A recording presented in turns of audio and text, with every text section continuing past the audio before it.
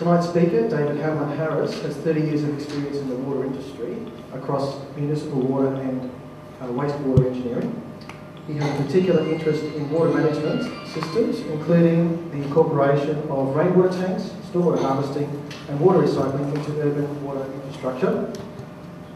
This presentation will address issues around the benefits and costs and the implementation of stormwater harvesting based on his experience with these specific case studies, being the South Brisbane Stormwater Harvesting and Reuse Centre project and the Fitzgibbon Stormwater Harvesting and Roof Water Harvesting project.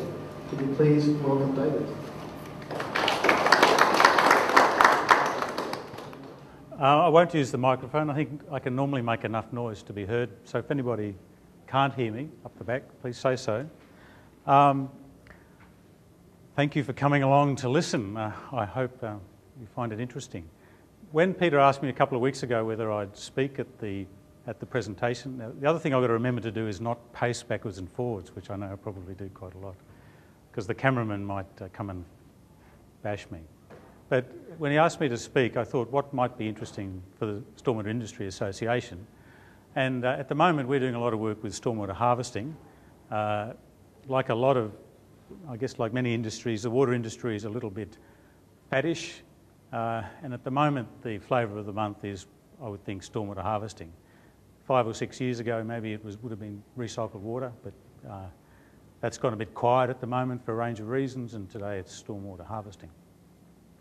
So I thought what I would try and do is address this question of whether stormwater harvesting is just a passing fad, I suppose, or whether perhaps, as I would like to think, it has a long-term future as part of our water supply strategy. We're at an exciting stage in the water industry in Australia, but certainly in southeast Queensland. It's a little bit of a crisis time really, because one thing, I've got a builder doing some work at home at the moment, and he was saying he loves drought because they can get down and do some work. And from a water engineer's point of view, we should probably say basically the same thing. You know, we love drought because when there's drought, there's demand for water, and people need our services to plan for new infrastructure and new alternatives. So when it rains out there like that and the dams overflow, you sit there and cross your fingers and hope that people don't suddenly lose interest in developing new water systems. But as we know, it will stop raining again one day, as certainly as it was always going to rain at the end of the drought. And so it's an exciting time because the drought has really focused everybody's minds on the subject of water. When I first came back to Brisbane about 10 years ago, the Department of Natural Resources was struggling with a thing they call the South East Queensland Regional Water Supply Strategy, I think, some long acronym like that. And they really weren't getting any traction. They were trying to plan for future works, they were trying to come to terms with the needs, but they weren't getting much hearing from the politicians, and they certainly weren't getting any political support. It wasn't it wasn't until there was a crisis in Brisbane water supply that that real political focus came into play. In the early part of the century, around about 2003, 2004, when the Gold Coast nearly ran out of water, and I forget what Hinds went down to, but it was about 23%, I think, at one stage. That still wasn't a crisis because the people in Brisbane weren't particularly concerned. You know, that was the Gold Coast. It was only when Brisbane suddenly realised that it was running out of water that there was that real interest in doing something about it. And when Peter Beattie decided that it was a good crisis to have, and it was a crisis that deflected interest from the health crisis, but that's a cynical view, that we really started to make serious decisions about water planning. And from that time, there were huge decisions made that weren't necessarily reflected in the planning that came before it. Things like the whole grid, I don't believe existed pretty much before the water crisis.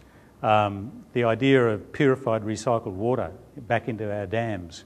You know, if you'd asked me that question in the early 2000s, I would have said that may, but probably wouldn't happen within my working lifetime. And yet within a few years we'd built it. So it's amazing what's happened to bring all these things into focus. And along the way, other things happened. Like, for example, a significant part of the water planning was the Traveston Crossing Dam on the Mary River. And as we all know, that was squashed by the federal government, I think last year. Now, what that means is twofold. A is we don't have a significant component of the grid available to us. And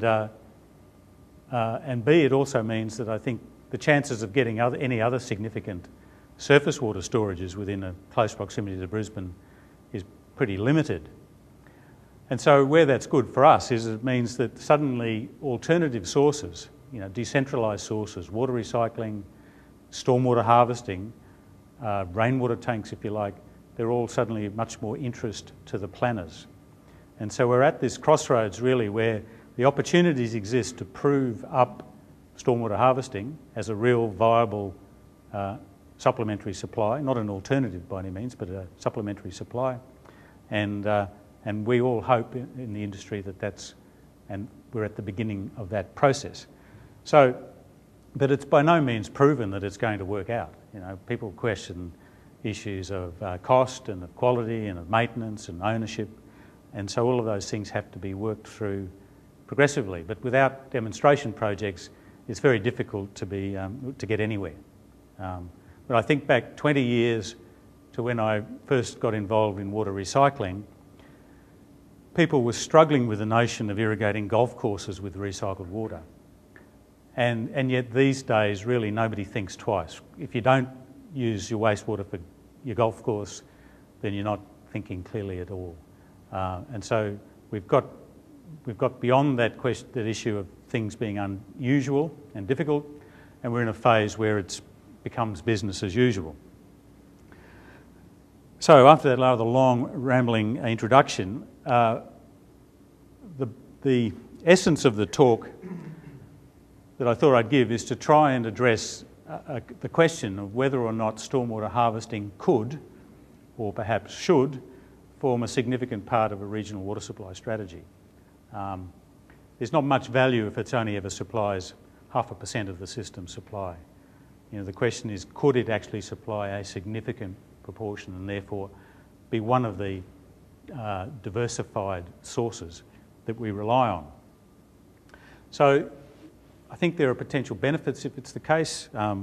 One thing may be deferral of capital expenditure. I think that's one of the main ones.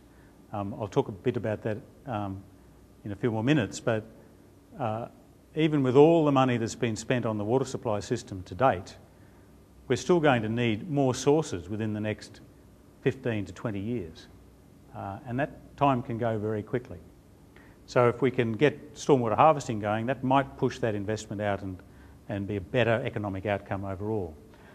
Diversification is clearly one of the important things and one of the things that underpins the water grid. Having a range of sources to choose from helps improve the reliability of supply. But stormwater harvesting also has that other benefit, which is in terms of what it does for stormwater runoff, stormwater discharge. By reducing the volume of stormwater leaving a site, you're reducing the volume of pollutants leaving the site, and you're also changing the nature of the hydrology of the downstream receiving waters, hopefully all for the better. So there are a range of potential benefits in considering stormwater harvesting. So just a quick overview, I'm going to talk about that question of whether it can be a significant source. I thought I'd just throw those photos in as an illustration of the problem that we're having. These wonderful storms and this unusual event called, what is it again? Runoff. That's right, runoff in a suburban creek.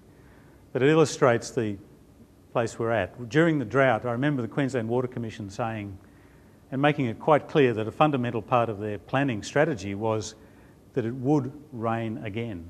The problem was they just didn't quite know when. But I think equally we must always remind ourselves, as I've said before, that it will stop raining again just as surely. And I also wanted to touch on a couple of